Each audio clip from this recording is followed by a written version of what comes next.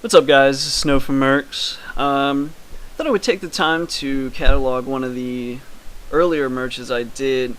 Before I get into it, it's not a RuneScape specific merch, but I think it still fits under the category of epic merch. A little bit of background. This was actually done about 2 years ago. It was done in February of 2010. I was in college. I think I was a sophomore in college, and I had been unemployed, but I did a lot of eBay merchanting and flipping and stuff, among other things, to make money. But I was still running kind of low on money, and so I decided to expand my horizons a little bit more. And one of the markets I saw room for profit in was flipping Legos. And just looking at the prices on eBay, I saw you could get bulk amounts of Legos for about like $6 to $8 a pound, and if you made it all pretty and sorted it, you could get about $10 a pound. And so then I decided, well, maybe I'll do that, because it's actually pretty difficult to make money flipping on eBay, because you have to, at the ending costs of flipping on eBay is either 9% or 11% right off the top, once you include the final sales fees and PayPal. So anyways, it's pretty hard to make money, but I saw that and I thought, that's a decent way to make money. So I started up this little itty bitty business of flipping Legos on eBay, and I posted a thread on a motorcycle forum that I was on, thinking, most of these guys, they're in their early 20s, so chances are they had Legos. They're really popular. They're still kind of popular now, but they were really popular when I was a kid and when these people were kids. So I figured there'd be a lot of people on these motorcycle forums that had Legos and probably just didn't use them anymore and wouldn't mind the money. So I posted up a thread, and probably in about a week or so, or maybe less, I can't really remember, but it was pretty quick. Somebody contacted me and they were like, "Hey, look, my brother, he's got a bunch of Legos, and I'll definitely get you in touch with him." So then we started talking, me and this guy's brother, and the guy's like, I've got a lot of Legos. And he sends me some pictures, and I'm like, oh my god. I mean, he had this huge Tupperware drawer system that had everything was already sorted. It was like he had a bunch of the little characters and stuff. I think it was something like 200 sets, and he had binders full of the instruction manuals and stuff, and he had a lot of the original boxes. I mean, this was like the most meticulous set I've ever seen in my life. And I wasn't prepared to buy all that. He wanted to sell it for, I think he said he had put it up on eBay for maybe like $4,000 or $5,000 or something like that. He just wanted to sell it all, and I said, well, I can't afford it all. I don't have that much in cash. And he was like, yeah, I just don't really want to part it out, because I was hoping to be able to take parts at a time and sell them, but he didn't, and rightly so, want to split up the sets or that massive collection. So he didn't want to do that, and I said, well, the only thing I have that's of value is my motorcycle, And he's like, well, I'll take that. And I'm like, oh god, And at the time, the motorcycle, it was actually a really nice deal that I got on the motorcycle alone. It was a 2006 model, and it MSRP'd for about $7,000. When I bought it, it only had 300 miles on it, and I got it for $3,500. So it was actually a really good deal on the bike already. But the bike was worth, by this point I think I'd put on about 10,000.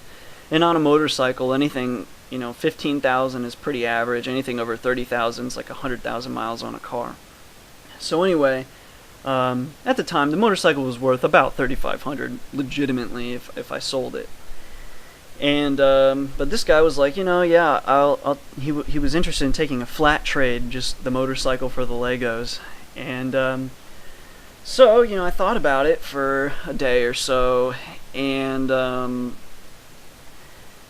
just, I felt like, well, I'm pretty sure I can get $10 a pound, and if it's really 600 pounds, then, I mean, that's $6,000, so, $2,500 more than this motorcycle's worth, or even if I could sell the motorcycle for $4,000, still $2,000. And so I decided to go through with it. And my initial plan was to actually put the sets together and sell the sets on eBay, because it was worth more, like $12,000 for someone if they did that. But I also knew I could probably sell the whole thing in bulk, and so I ended up accepting the offer, and I accepted it on, I believe, February 15th. And I got to work. I had them in I lived in an apartment at the time, and so I get them out on the ground, and I start putting together a set. And it's probably my mistake. I started putting together this huge Death Star model, or no, I'm sorry, what was it? Shoot, what was it? It was this Lego Star Wars destroyer. And after putting that together for a few hours, I realized, oh my gosh, I can't do this. And so I ended up just putting the whole set on eBay, and had put up the whole set in a or best offer. And within a couple days, really, I got a $6,000 offer for the entire set. And after, like I said, after a mere day of putting that stuff together, I realized that was not for me. And so I accepted the $6,000 offer plus $500 of shipping.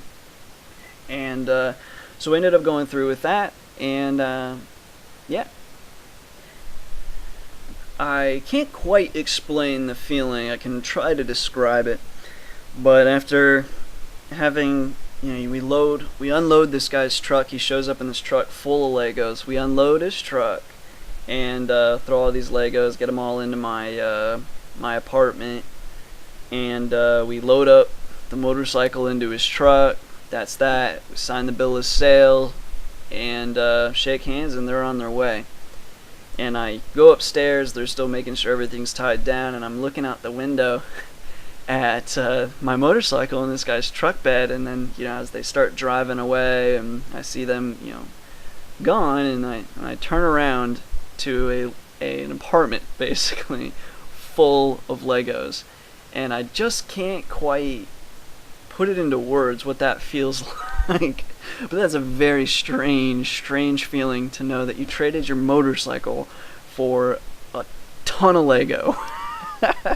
So anyway, yes, that was odd, but it ended up turning out quite well. Literally just a 4-day flip for $2,500, not too shabby. For anybody who's interested, the motorcycle was a Kawasaki Ninja 650. But anyway, here's some pictures. This is the bill of sale. I blocked out my last name, and I also blocked out the buyer's last name. I don't think he really wants to be on YouTube. And then also some of the VIN, because again, I don't think he wants his bike on YouTube, although people don't tend to own motorcycles very long, so maybe he doesn't even own the bike anymore.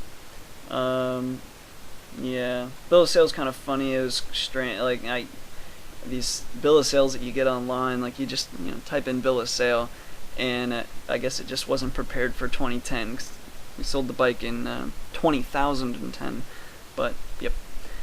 Anyway, that's that. Just thought I would share that with you guys. I think it's pretty funny.